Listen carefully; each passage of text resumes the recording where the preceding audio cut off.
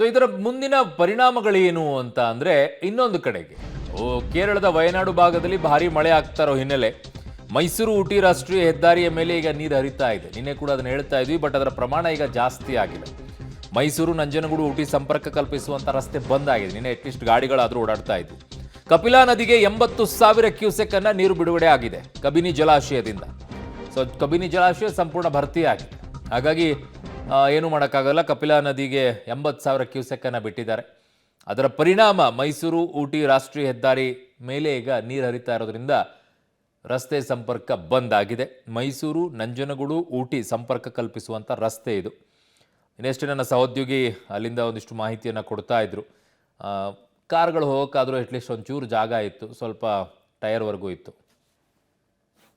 ವಯನಾಡು ಭಾಗದಲ್ಲಿ ಭಾರಿ ಮಳೆ ಆಗ್ತಾ ಇರುವಂಥ ಹಿನ್ನೆಲೆಯಲ್ಲಿ ಈಗಾಗಲೇ ಕಬಿನಿ ಜಲಾಶಯ ಸಂಪೂರ್ಣವಾಗಿ ಭರ್ತಿಯಾಗಿದೆ. ಹಾಗಾಗಿ ಡ್ಯಾಮ್ನಿಂದ ಹೆಚ್ಚಿನ ಪ್ರಮಾಣದ ನೀರನ್ನು ನದಿಗೆ ಹರಿಬಿಡಲಾಗಿದೆ. ಕಪಿಲಾ ನದಿಯಲ್ಲಿ ಸುಮಾರು 80,000 ಕ್ಯೂಸೆಕ್ಸ್ಗೂ ಅಧಿಕ ನೀರನ್ನು ಹೊರಬಿಟ್ಟಿರುವಂಥ ಹಿನ್ನೆಲೆಯಲ್ಲಿ ನದಿ ತೀರದಲ್ಲೂ ಕೂಡ ಪ್ರವಾಹ ಭೀತಿ ಉಂಟಾಗಿದೆ. ದೃಶ್ಯಗಳಲ್ಲಿ ನೋಡ್ತಾ ಇರ್ಬೋದು, ಕಪಿಲಾ ನದಿ ತೀರದಲ್ಲಿ ಪ್ರವಾಹ ಉಂಟಾದಂಥ ಹಿನ್ನೆಲೆಯಲ್ಲಿ ಮೈಸೂರು ಹಾಗೂ ಊಟಿಯ ಮುಖ್ಯ ರಸ್ತೆ ಸಂಪೂರ್ಣವಾಗಿ ಬಂದ್ ಆಗಿದೆ. ಈಗಾಗಲೇ ರಸ್ತೆ ಮೇಲೆ ಸುಮಾರು 4 ರಿಂದ 5 ಅಡಿ ನೀರು ಹರಿತಾ ಇರುವಂಥ ದೃಶ್ಯಗಳನ್ನು ಕೂಡ ನೋಡ್ತಾ ಇರ್ಬೋದು. ಈಗಾಗಲೇ ಕಪಿಲಾ ನದಿ ಕೂಡ ಬೋರ್ಗರೆದು ಹರಿತಾ ಇದೆ. ಸುಮಾರು 80,000ಕ್ಕೂ ಹೆಚ್ಚು ಕ್ಯೂಸೆಕ್ಸ್ ನೀರನ್ನು ನದಿಗೆ ಬಿಟ್ಟಿರುವಂಥ ಹಿನ್ನೆಲೆಯಲ್ಲಿ ರಾಷ್ಟ್ರೀಯ ಹೆದ್ದಾರಿಗೂ ಕೂಡ ಇದೀಗ ಸಂಪೂರ್ಣವಾಗಿ ಪ್ರವಾಹದ ಒಂದು ಆತಂಕ ಹೆಚ್ಚಾಗಿದೆ. ಸಂಪೂರ್ಣವಾಗಿ ರಸ್ತೆ ನೀರಿನಲ್ಲಿ ಮುಳುಗಡೆ ಆಗಿರುವಂಥ ದೃಶ್ಯವನ್ನು ಕೂಡ ನೋಡ್ತಾ ಇರ್ಬೋದು.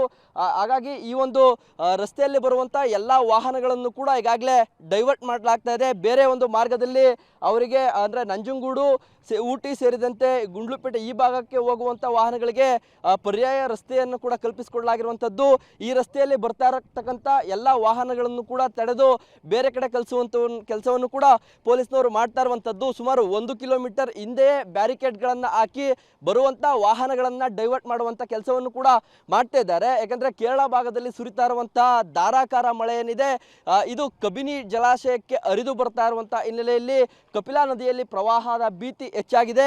ಮತ್ತಷ್ಟು ನೀರನ್ನು ನದಿಗೆ ಹರಿಬಿಡುವಂಥ ಸಾಧ್ಯತೆ ಕೂಡ ಇದೆ. ಸುಮಾರು 80,000 ಕ್ಯೂಸೆಕ್ಸ್ ನೀರು ಸದ್ಯ ಈಗ ನದಿಯಲ್ಲಿ ಹರಿದು ಬರ್ತಾ ಇದೆ. ಹಾಗಾಗಿ ನದಿ ಪಾತ್ರದಲ್ಲೂ ಕೂಡ ಕ್ಷಣಕ್ಕೂ ಪ್ರವಾಹದ ಆತಂಕ ಹೆಚ್ಚಾಗ್ತಾ ಇದೆ.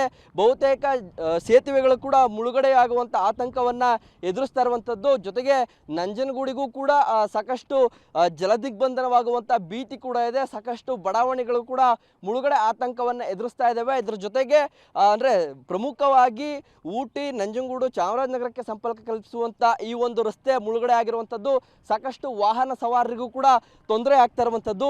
ಸದ್ಯ ಅವರಿಗೆ ಪರ್ಯಾಯ ಮಾರ್ಗವನ್ನು ಸೂಚಿಸುವಂಥ ಕೆಲಸವನ್ನು ಕೂಡ ಪೊಲೀಸ್ ಇಲಾಖೆ ಮುಂದಾಗಿರುವಂಥದ್ದು. ಕ್ಯಾಮ್ರಾ ಪರ್ಸನ್ ಶಶಿ ಜೊತೆ ವಿನಯ್ ಬಸಪ್ಪ, ಪಬ್ಲಿಕ್ ಟಿವಿ, ಮೈಸೂರು.